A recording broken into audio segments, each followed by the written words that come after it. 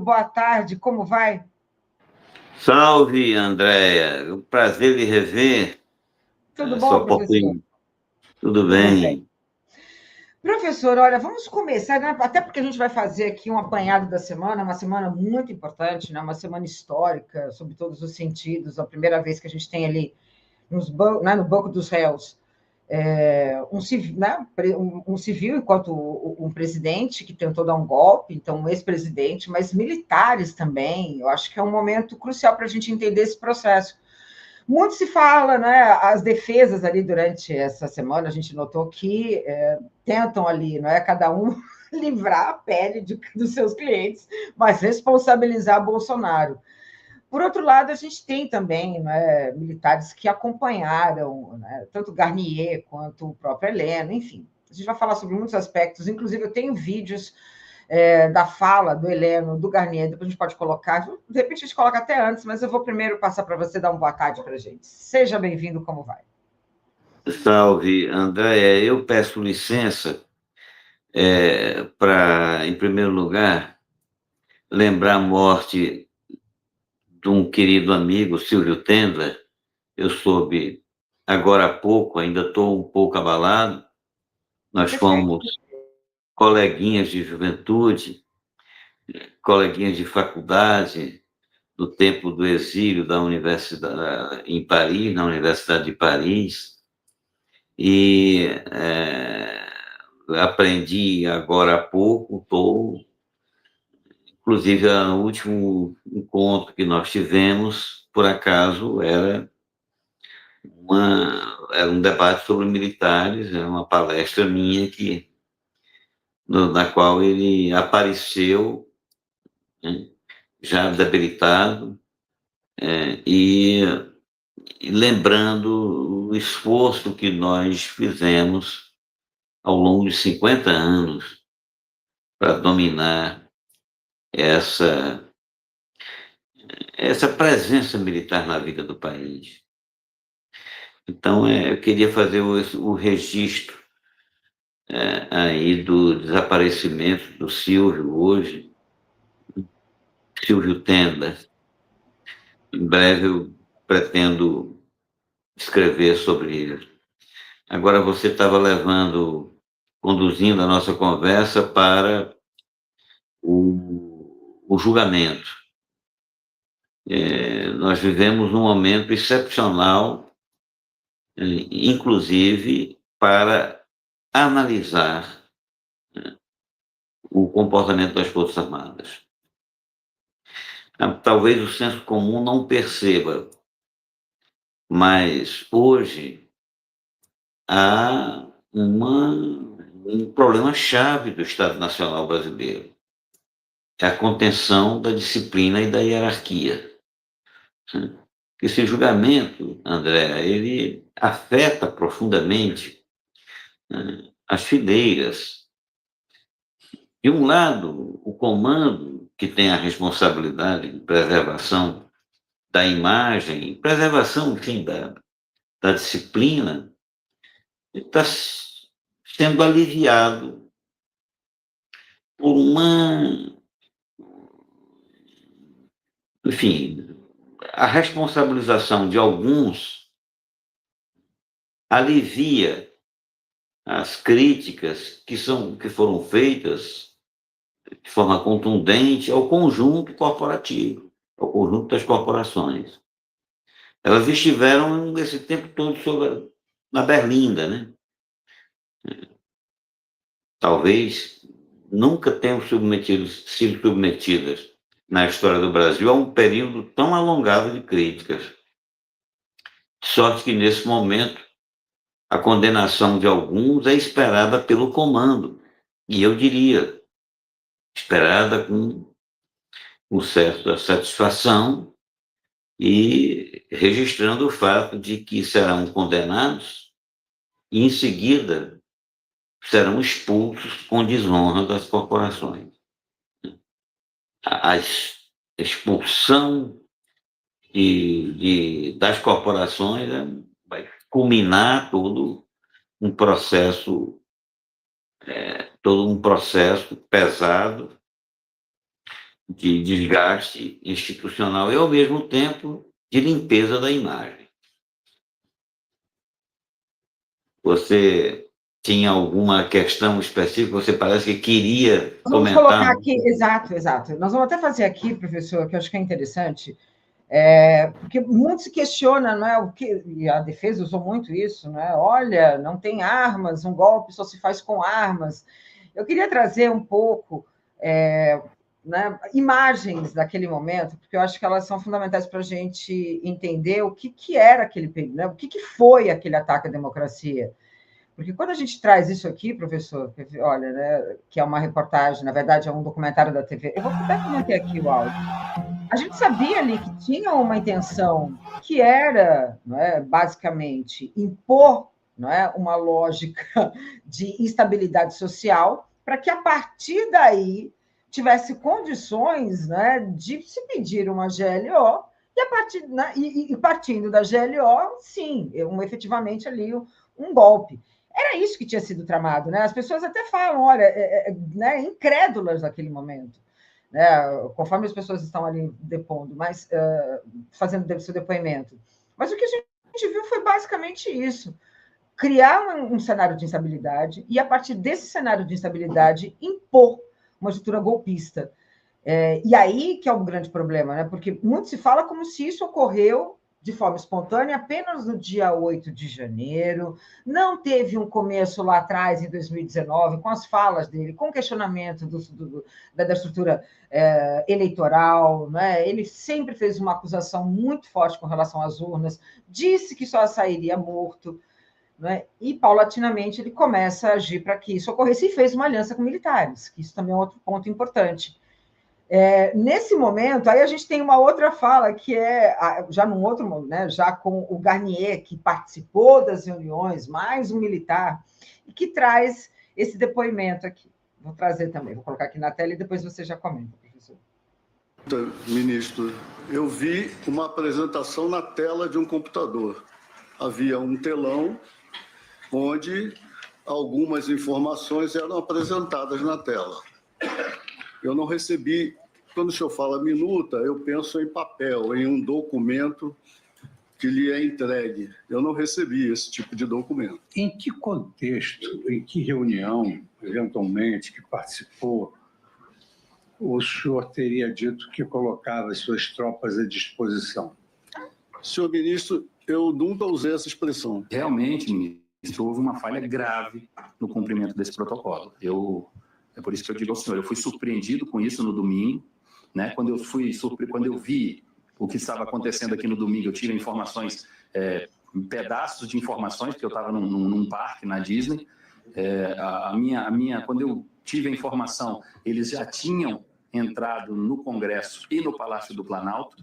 Eu, desesperado, mando uma mensagem para o meu secretário executivo, uma mensagem que, inclusive, foi mal interpretada, que eu falei, não deixe chegar ao Supremo, porque o Supremo ainda estava preservado naquele momento. Eu mandei essa mensagem para o meu secretário executivo e liguei diversas vezes para o comandante da PM para perguntar para ele o que estava acontecendo, onde é que houve a falha, mas ele estava no meio da confusão.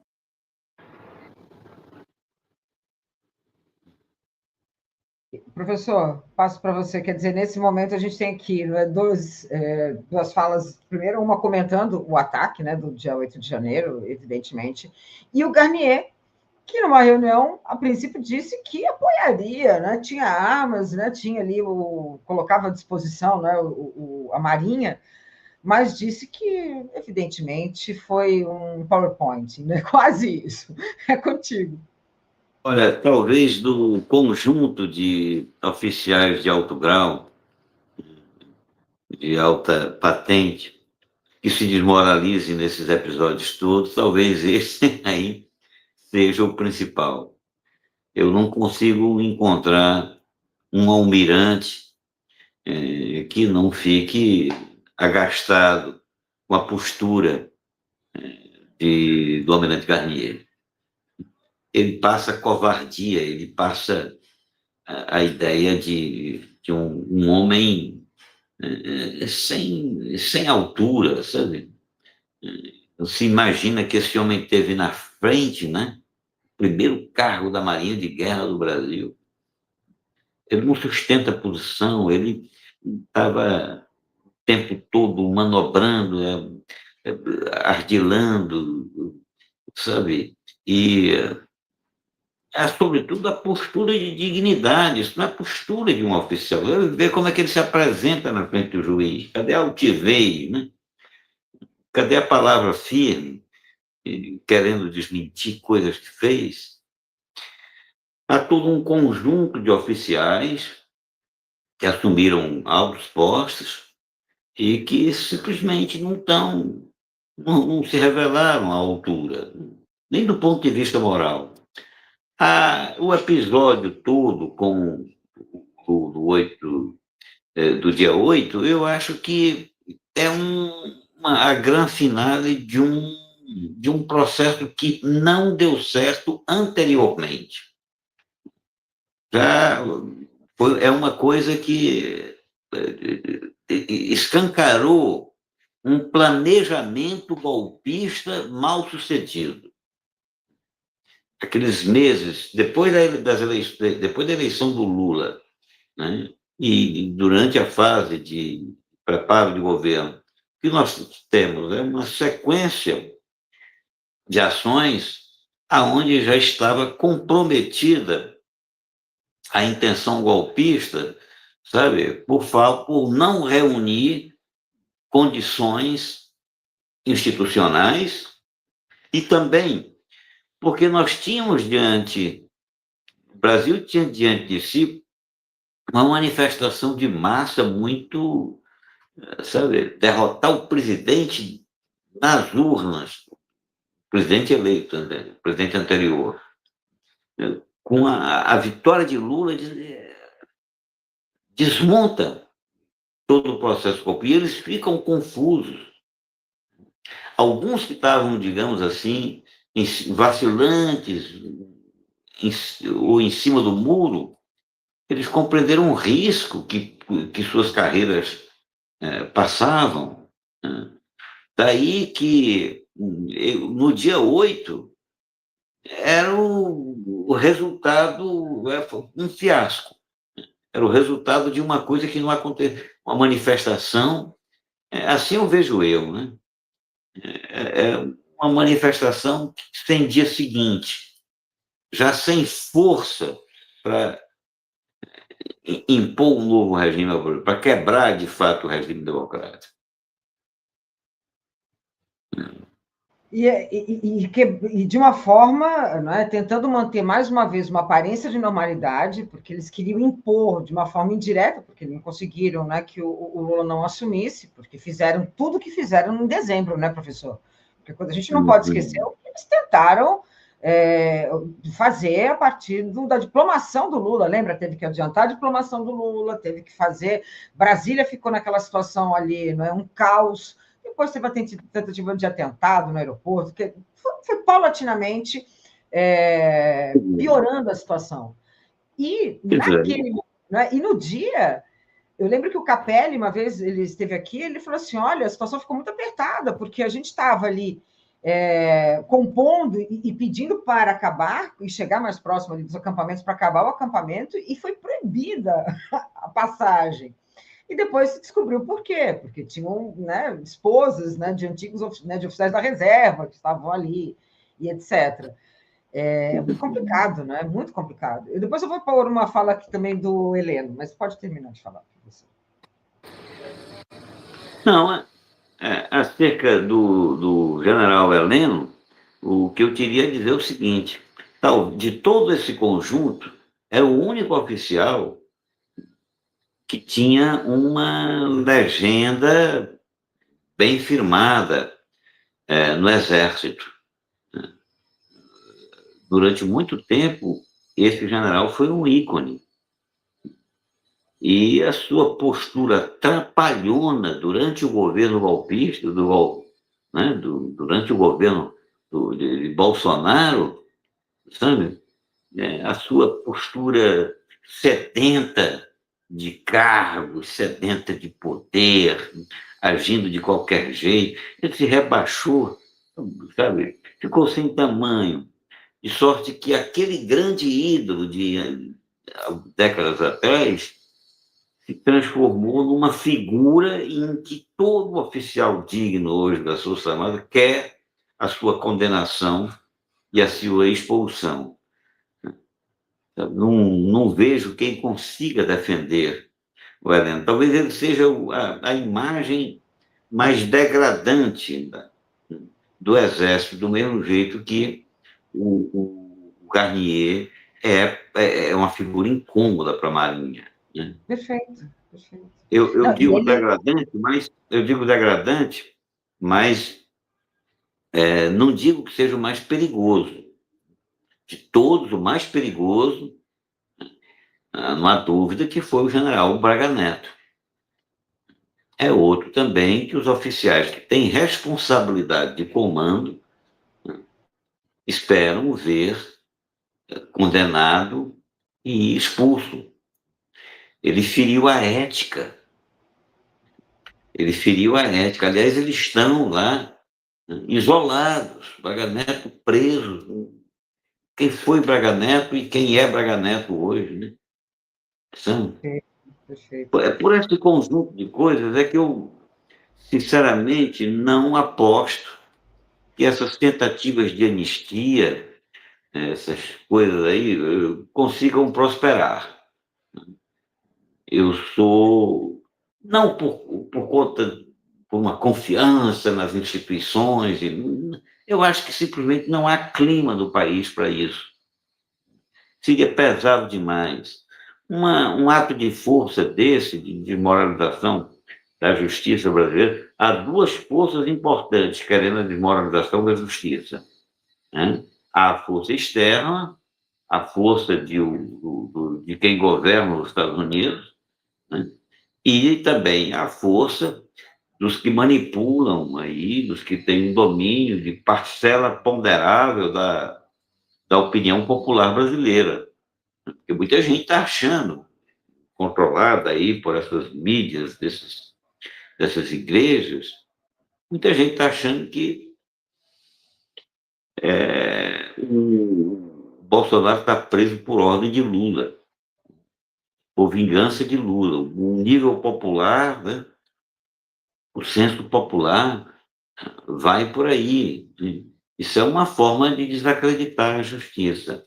Então, há essas duas tendências, né, essas duas forças pressionando para uma saída golpista.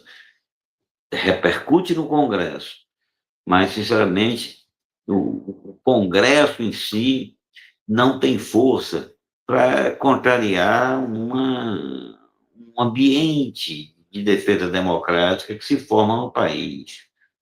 A gente pode comparar as manifestações, talvez os fascistas hoje consigam reunir mais gente nas ruas, né, do que as forças democráticas. É possível, mas não nos iludemos, porque a convicção de defesa institucional ela é bastante arraigada. E veja as manifestações de jornais conservadores em torno disso, né?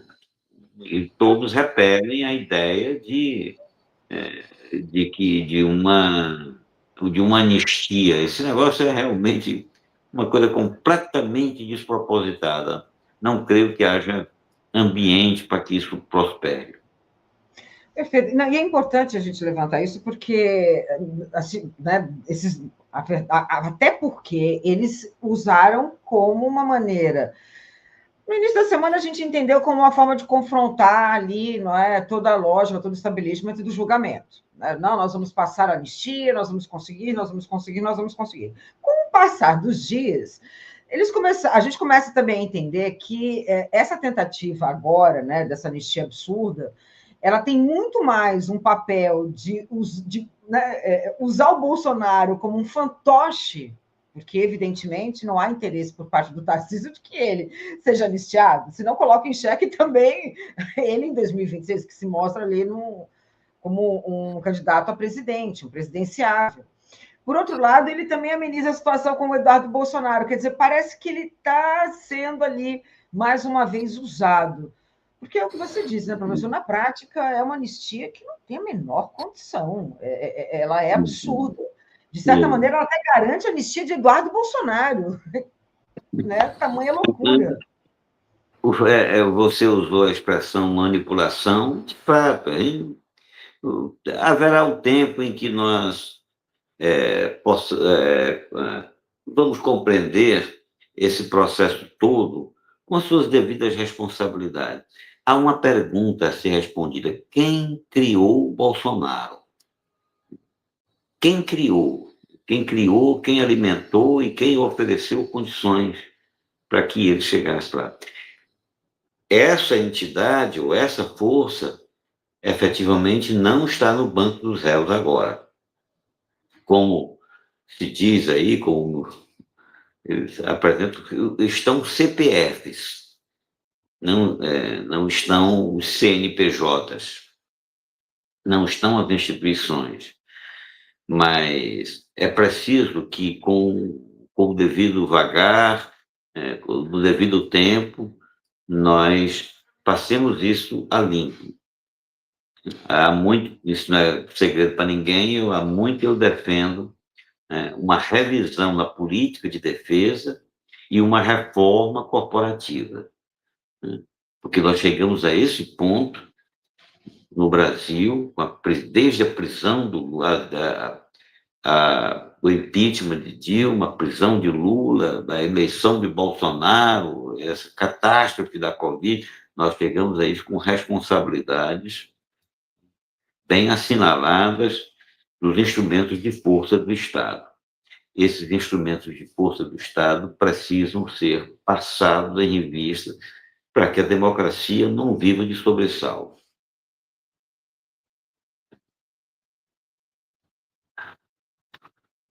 Não estou lhe ouvindo, André. Para. Está me ouvindo, professor? Estou lhe ouvindo. Tá, então perfeito. Porque meu computador está realmente, eu clico e ele demora para voltar. E nesse sentido, né, a gente vê o quanto, no caso dos militares, e a gente traz mais uma vez o Braga Neto, né, a relação da impunidade. Né, eles tinham uma relação ali quase que natural de que nada iria acontecer, de que eles sairiam impunes. Ele falava mais 72 horas com uma tranquilidade. Né? Agora, recentemente, quando pegaram, né, ele com o celular, imagina, um celular que não era, né? Obviamente, era um celular pré-pago. Ele manda uma mensagem, assina a mensagem, assinado. Esse celular não pode ser usado, assinado Braga Neto. É um exemplo de como eles agiram durante todos esses anos. Né? Eles deixaram rastros de que eles iam dar o golpe, e efetivamente o rastro foi esse. Era a minuta do golpe, Anderson Torres que falava: não, apareceu em casa. Teve um que falou: não, a reunião foi em casa, mas eu não estava. Oi, como assim? E assim eles agiram, né, como uma impunidade, como certeza. Né? No caso do Braga Neto, eu vejo esse homem como um sujeito frio, extremamente ganancioso, traiçoeiro, traz seus próprios companheiros, vê a sua projeção pessoal, é capaz de tudo, é capaz de qualquer coisa. Não vou me admirar se aparecerem coisas gravíssimas depois desse julgamento, que ele ainda responda por crimes gravíssimos, no caso do general Braga Neto. Para mim, de todos, foi a figura mais perigosa.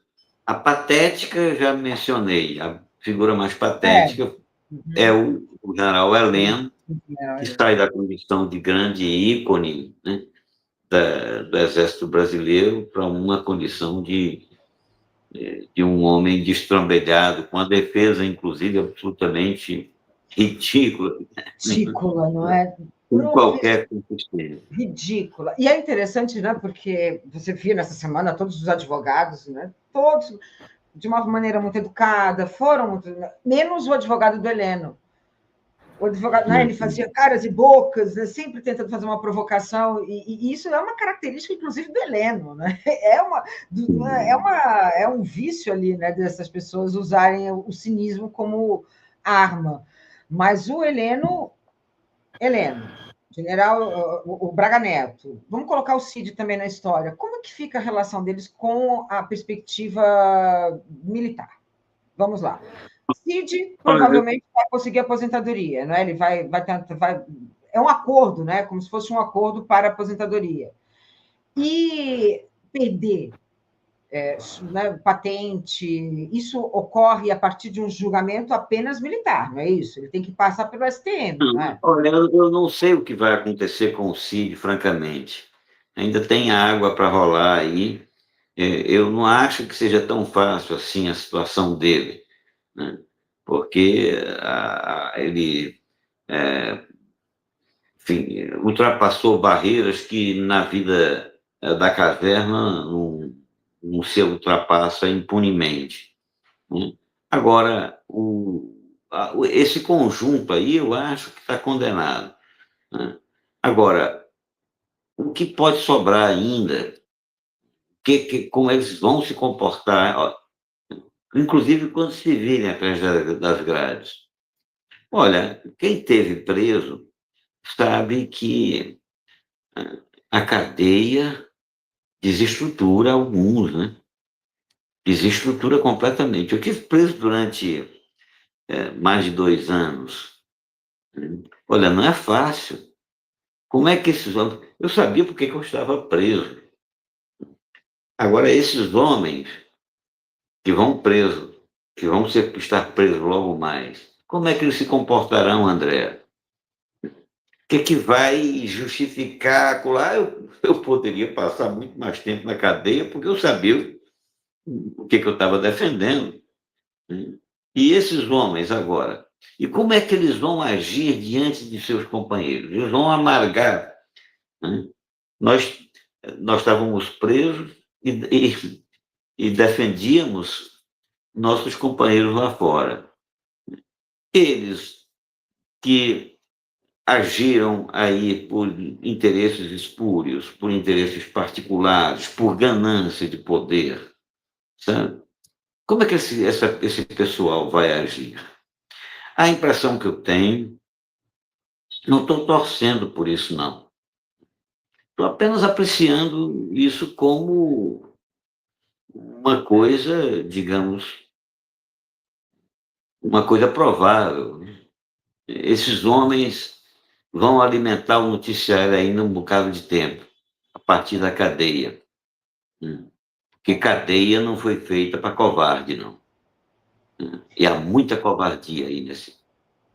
No caso do Heleno, ele, inclusive, né, falou, olha, não tenho nada a ver com a história, não sei, não estava presente, depois, enfim, tentou sair de qualquer forma dessa situação.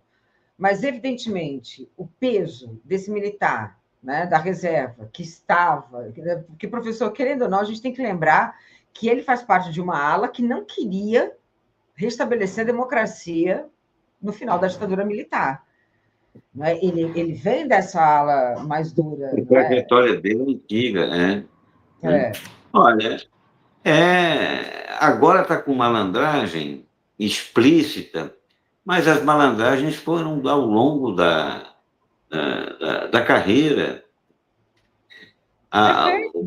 Um dia, a sua biografia será revelada seriamente. Hoje há muita especulação, inclusive de jornalistas, lembranças do que ocorreu na Amazônia, no Haiti, na época dos anos 70, quando eu estava iniciando a carreira. Há muita especulação, há muita coisa. Um dia isso vai aparecer, e talvez não demore. Veja um ícone das Forças Armadas que eu vi, tive com o general Heleno, assisti seu retorno do Haiti, sabe? Aquela coisa... Perfeito. Aquela empátia com que ele atuou durante o governo, né? Enfim, nós vamos ter ainda, depois desse pessoal, né, no Xilindró, vocês ainda vão ter muita matéria jornalística em torno disso. E espero que não não ganhe a principalidade, porque a principalidade, me parece, é uma reforma no aparelho militar brasileiro, uma reforma nos instrumentos de força, uma reforma que seja inspirada, orientada, conduzida por uma nova política de defesa nacional. Inclusive, eu vou ler aqui um superchat agradecido a Estela Bettini. Ela, Manuel, não é assim que ocorre quando se enlameia com gente de uma máfia? Perfeito, né? Como que? Não é assim que ocorre quando se enlameia com gente de uma máfia, né? Se lamear, né, na máfia, na sujeira. Exatamente. É máfia mesmo, sabe? É máfia mesmo. E agora, vamos estar lá por quem? Eu acredito, inclusive, que a defesa que se faz hoje da anistia é de gente com medo. Esses parlamentares que querem anistia estão com muito medo. Se a democracia é bem defendida agora, que espaço sobrará para essa gente? Se as instituições dão sinal de força, de justeza, de temperança, olha, que sobrar, o que é que vai sobrar? Nós estamos aí numa grande luta, uma luta que transcende as nossas fronteiras, uma luta pela democracia no mundo, né? Aí nesse ambiente de mudança de ordem internacional, e nós vamos ganhar essa parada. Nós vamos viver muitos traumas ainda, porque vamos passar por guerra, por derramamento de sangue, mas nós vamos ganhar. E esse pessoal vai fazer o quê enquanto isso, amargando a cadeia, né? Com certeza. O Daniel Carvalho comentou o seguinte, professor: Forças Armadas parecem formadas de pobres de direita, né? Vieram das classes menos favorecidas e se tornaram opressores do povo. Essa semana, professor, eu estava conversando, essa semana foi tão agitada, eu não me lembro agora, não sei se foi com o Vacholer, ou com o Aroeira, mas eu estava lembrando de um momento, porque durante a ditadura militar, né, as Forças Armadas passaram, quer dizer, os militares progressistas, de militares de esquerda, né, foram basicamente aniquilados, né, durante a ditadura militar de 64. E ela se reconfigura ali como militares, né, de uma lógica neoliberal, entreguista, a partir de agora. Naquele momento ainda ela era nacionalista, mas evidentemente totalmente mais à direita. E aí, pensando nisso, a gente está fadado ainda a continuar um bom tempo com essas Forças Armadas mais conservadoras, né? Talvez seja o momento de grandes mudanças, porque nada como esse clima de guerra, esse clima de conturbação internacional, né, para afetar as coisas estabelecidas longamente aqui no Brasil, entre elas as Forças Armadas. Veja que essas Forças Armadas elas foram moldadas depois da Primeira Guerra Mundial, com a missão europeia, a missão francesa, que foi substituída após a Segunda Guerra pela missão, pela interferência e influência dos Estados Unidos. Isso se prolonga até hoje. Está chegando, está se tornando inviável o Brasil persistir na dependência de armas e equipamentos controlados pelo Pentágono. Então, abre-se agora a cancha para uma reforma profunda. E quando eu falo em arma, é preciso que todo mundo entenda, quando você compra armas e serviços militares sofisticados, você compra também mentalidade, você compra novas regras, você compra, sabe, você compra ideologia, compra ideologia, né? Compra valores, e isso tudo será posto em questão. Não tem nada para transtornar mais o quadro mundial do que mudança, o quadro institucional do que mudanças da ordem mundial, né? Exatamente. Guerra, né? geralmente são acompanhadas de guerras. As mudanças de ordem usualmente são acompanhadas na história, né? Com certeza. Professor, eu vou ler aqui mais alguns comentários. Tem uma pergunta para você, tá? Eu já vou colocar. Primeiro, Luiz Matos. Grande Manuel Domingos Neto. Ninguém entende de militar como tu. Muito obrigada, Luiz. Seja bem-vindo. Joaquim Meirelles. Tem um pessoal da mídia aqui de Goiás que não está de brincadeira. Sugiro acompanhar. Promovem apartheid e tudo mais. Enfim. Marley, Maria de Oliveira, ele falou do Tarcínico, vassalo, disse que se ganhar vai dar anistia para o Marcola. Fica falando, acho que é do Bolsonaro, obviamente. As vacinas, vender a Petrobras, enfim, por aí vai, não é? E o Carl Silva, a minha pergunta é essa, professor, você tem alguma informação? Houve alguma investigação com relação ao Haiti? E aí ele pergunta com relação ao Tarcísio. Existiu alguma investigação da atuação deles naquele momento?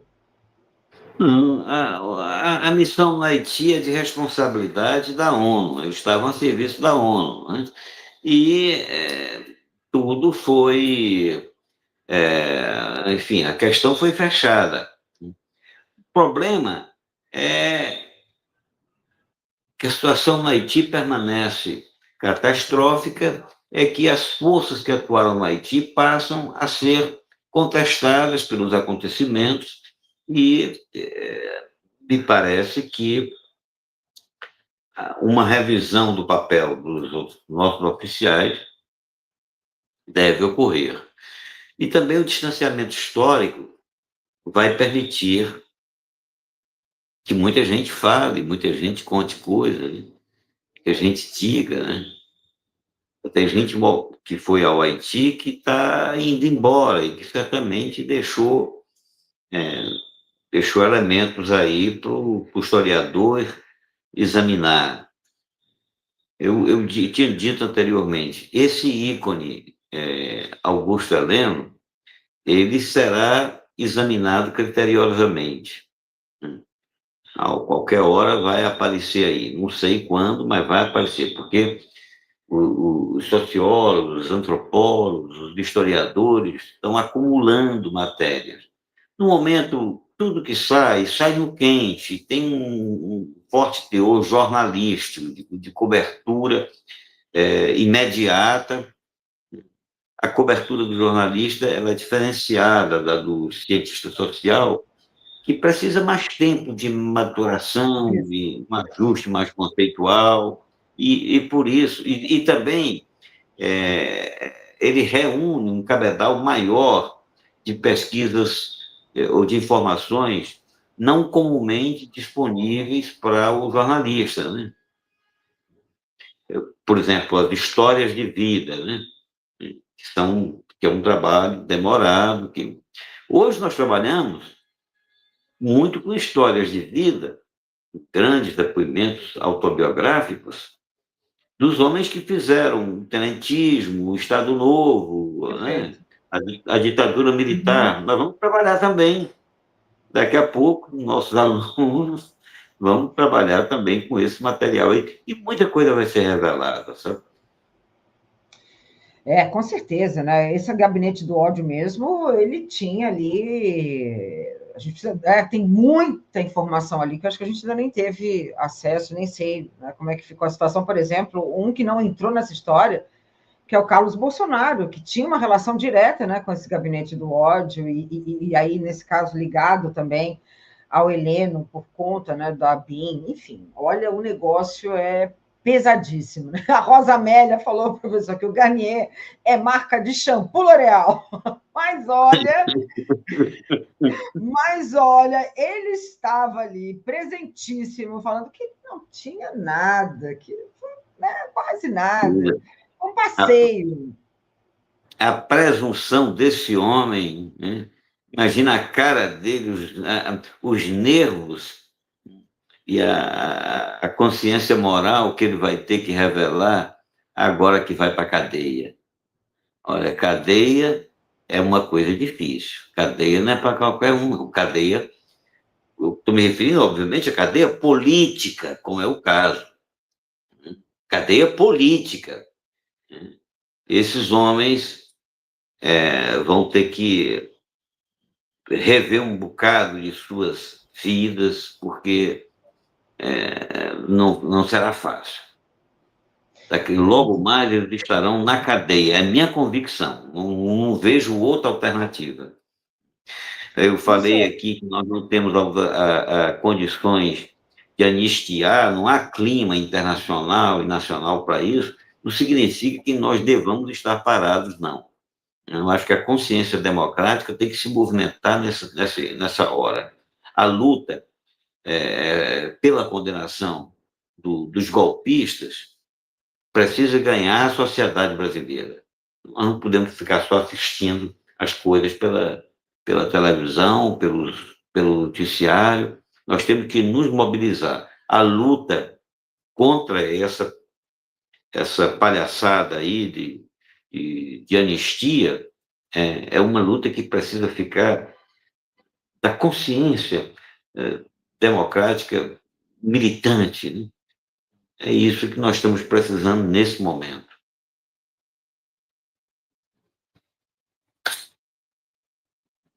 Professor, como é que você vê os militares? O Lula hoje está em reunião, né? Teve ali uma reunião informal, né, com as Forças Armadas, mas, enfim, né, foi agendada pelo Múcio. Múcio continua no Ministério da Defesa. Eles já entenderam que esses militares, né, serão presos, já está tudo nesse sentido. Como é que eles estão engolindo isso, né? Olha, eu vou aguardar para comentar isso quando tiver alguma notícia. O momento não é bom. Essas reuniões poderiam ter acontecido.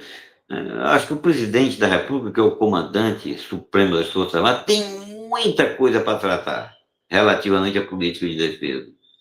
A pessoa, o impacto que foi essa ruptura das relações aí com os Estados Unidos, com esse tarifaço, situação difícil, as encomendas de Israel que não podem mais ser efetivadas, a necessidade de buscar caminhos para as Forças Armadas brasileiras.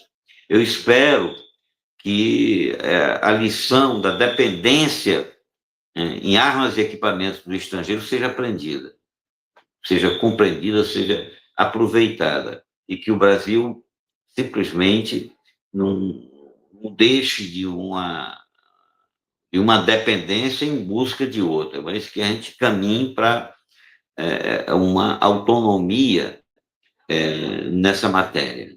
País que compra suas armas e equipamentos de outro vende a alma ao diabo. Eu acho que os comandantes, eu não sei o que eles estão tratando, mas se não estão tratando disso agora, vão tratar lá na frente. Nós precisamos tratar disso, nós precisamos de uma nova política de defesa que inclua a autonomia em armas e equipamentos. É isso. E é uma situação muito complicada, né, professor? Porque, por exemplo, essa tentativa agora do Tarcísio, né, por parte, e junto, né, com esse centrão mais à extrema-direita, figuras que estão ali, que, no meu ponto de vista, estão realmente, concordo quando você diz, estão realmente bem assustados com a situação, porque se vem ali, ou se dão diretamente, porque não tem a máquina, como tinha em 2026, para eleger a quantidade de deputados que o Bolsonaro elegeu. Tem agora também essa questão do Trump com o tarifaço, que de alguma maneira pega nesses deputados que defendem os Estados Unidos e Trump. Eles estão um pouco assustados também. E vejo que, nesse sentido, essa anistia proposta, que é absurda, é uma resposta de um desespero, porque eles entendem que também podem vir a sofrer isso a curto prazo, ou que é pior, a perder essa possibilidade de reeleição. Ou eu estou sendo muito otimista e poliana demais? Não, eu acredito, não há eleição garantida, né? A extrema-direita pode voltar ao poder no Brasil, né? Não vejo assim, mas eu acho que esse julgamento beneficiará a consciência democrática, o resultado desse julgamento. Eles estão lutando por uma anistia porque sabem que esses homens na cadeia serão um desestímulo para os golpistas, sabe? O que esse Tarcísio está querendo aí bancar, posar o defensor do criminoso Bolsonaro nesse momento? Ele está querendo herdar votos. É claro que a opinião da direita vai ficar aí, mas, na minha convicção, eles perderão espaço. Inclusive, perderão algum de líder. A grande referência, não é líder, Bolsonaro não é líder de nada, mas a grande referência, o ícone que conseguiria unir as opiniões, o dono dos votos, digamos, né? Não acho que a direita tenha nomes à vontade para oferecer ao Brasil, em contraposição. E, por outro lado, também a esquerda, as forças democráticas, eu não digo esquerda, também não tem tantas coisas, não. Hoje nós estamos muito dependentes da figura do Lula, né, André? Estamos muito dependentes. O que pode é um risco, e daí na minha ideia, acho que o melhor caminho para o movimento democrático hoje, a todas as forças democráticas, é ganhar a consciência de massas, formar massas com compreensão da realidade, com percepção mais sólida para enfrentar esse mundo de mentiras no qual se assenta o movimento de extrema-direita. Com certeza, com certeza. Agora, semana que vem, a gente está na expectativa de como é que vai começar a segunda parte desse julgamento. É interessante, sabe, professor, porque na semana passada, enquanto rolava, nessa semana, né, enquanto aconteceu o julgamento, isso na terça-feira, o Flávio Bolsonaro e ninguém menos que Sérgio Moro. E eu fiquei pensando, né, o Sérgio Moro tem um problema, porque quando não tem prova, ele é o juiz de excelência, ele está lá perseguindo, arrumando confusão, né? E evidentemente, né, viu o que ele fez com o Lula. E agora que tinha prova, né, tudo, ele estava com o Flávio Bolsonaro para dizer que aquilo ali é uma fraude. É interessante a gente ver o quanto, nesse caso, né, o Paulo Henrique Amorim que falava, né, que o bolsonarismo foi criado pelo Sérgio Moro e pela Lava Jato. Como, de alguma forma, esses processos se encontram, né, com esse julgamento, né? Olha, o general Vilas Boas, na posse do Bolsonaro, ele era o comandante do Exército e ele achou que o Brasil deveria muito a três figuras principais, né? Que é o Bolsonaro, eleito presidente, o juiz Sérgio Moro e o general Braga Neto, que havia comandado a intervenção no Rio de Janeiro. Então, essas figuras foram figuras chaves. Agora, eu pergunto, e o papel do general Vilas Boas? Ele, inclusive, não tem mais consciência, está um homem já degradado fisicamente, mas persiste sendo conduzido por sua mulher e sua filha em todos quanto é ocasião, né? Mostrar a cara do general Vilas Boas, e essas mulheres são ativistas relevantes do movimento, né? Estavam lá no acampamento, né? Ela chegou a levar o general meio já fora do ar, e ela insistindo, a mulher do general insistindo, como se a presença dele fosse despertar ânimos e dar moral ao acampamento golpista. Enfim, as forças do golpismo continuam atuando, mas eu estou acreditando que a resistência institucional, ao lado de uma crescente consciência popular, mais sólida, mais alargada, será capaz de resistir e garantir a democracia. Não há democracia assegurada André, não há democracia, não há Não. eleição de Lula, não tem nada assegurado. Mas eu sou confiante. Eu estou confiante que nós vamos ganhar essa parada. Perfeito, Pois aí, professor. Não, não, com certeza. E é importante a gente entender que é um. E aí eu fico, só para a gente. Essa semana, né, eu estava conversando com o Fernando Horta, e ele falou assim: olha, essa aparência demais de uma normalidade, porque né, os bolsonaristas acho que esperavam ali rua, manifestação, as pessoas ali orando, né, gritando, tentando, sei lá, conversar com o pneu, tanto para o lado de Bolsonaro, quanto né, nós, da ala mais progressista, também está nas ruas e se manifestando, porque é um momento histórico. Mas isso efetivamente não aconteceu. Quer dizer, você teve ali né, um movimento muito pequeno, parte da extrema-direita, na frente da casa do Bolsonaro, né, uma coisa muito pequena.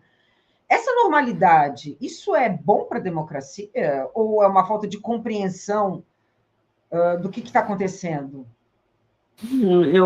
eu penso que a direita ainda não mostrou toda a sua força. Vamos verificar, vamos até esperar o dia 7 de setembro, né? Mas, repetindo o que eu já disse, mas eu acho que quando esse pessoal estiver na cadeia, a coisa fica diferente, sabe? O impacto é diferente. Inclusive, do ponto de vista das corporações militares, como é que eles vão receber isso? Acho que os que estão na ativa vão ficar muito cautelosos porque estão colocando aquilo em risco, suas promoções, seu salário, seu ganha-pão, seu soldo, sabe? Suas conveniências, a vida da família, né? E os aventureirismos serão contidos, né? E que os que estão fora podem ser contidos também à medida, os que estão fora, que eu digo, os reformados, né? Os da reserva, precisam ser contidos também, sabe? Eles estão assanhadinhos agora, vez por outra, um se manifesta. Semana passada teve uma manifestação absurda de um almirante da Marinha, que eu não vou citar aqui, mas para não dar cancha, para não dar cancha. Mas a reação dos almirantes foi de menosprezo ao colega que estava lá no jogo provocativo, sabe, contra o comando institucional. Essas provocações vão continuar, sabe? E os comandantes, todos os comandantes, deverão ficar atentos, porque isso é ruptura de disciplina e de hierarquia, sabe? É o que se espera do comando nos próximos dias, nas próximas semanas, enfim, desse processo de luta pela democracia que não está concluído, né? Talvez, quem sabe, esse encontro de Lula agora com os comandantes, não sei, imagino que até isso possa também estar na pauta, porque, bom, eu acho que se qualquer autoridade, a primeira coisa que quer saber é a tropa está quieta, a ordem está mantida, disciplina e hierarquia estão preservadas. É isso que um comandante supremo, né, pede normalmente aos comandos corporativos, né? Para a gente terminar, professor, como é que ficou? Como é que você acha que está a relação agora, né? Porque, assim, eu não sei a relação entre Bolsonaro e esses militares que estavam, né, ligados ao golpe, porque, olha, né, a gente teve fala essa semana, só para a gente fechar mesmo essa fala, nessa semana, falou assim, olha, Bolsonaro, o meu cliente não, mas o Bolsonaro queria dar um golpe, então todos devolveram para ele essa responsabilidade. Quando tem isso, parece que a relação deles, né, acho que foi para o beleléu, né?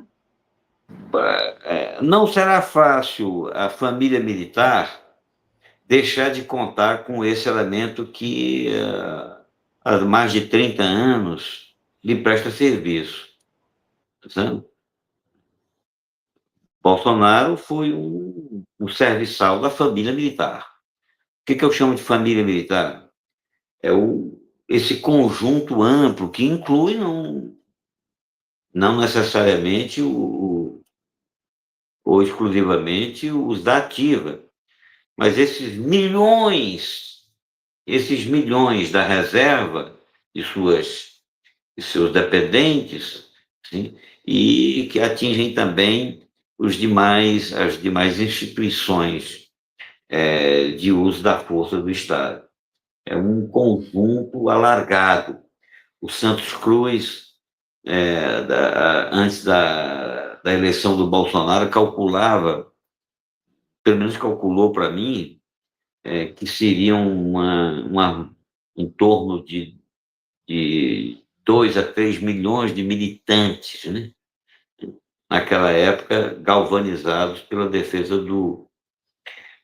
da candidatura do Bolsonaro. Depois, né, eu fiquei meio tonto, eu me sentei com os meus colegas, fomos fazer as contas. Essa família, ela devidamente articulada, ela abrange muitos milhões, é muito maior.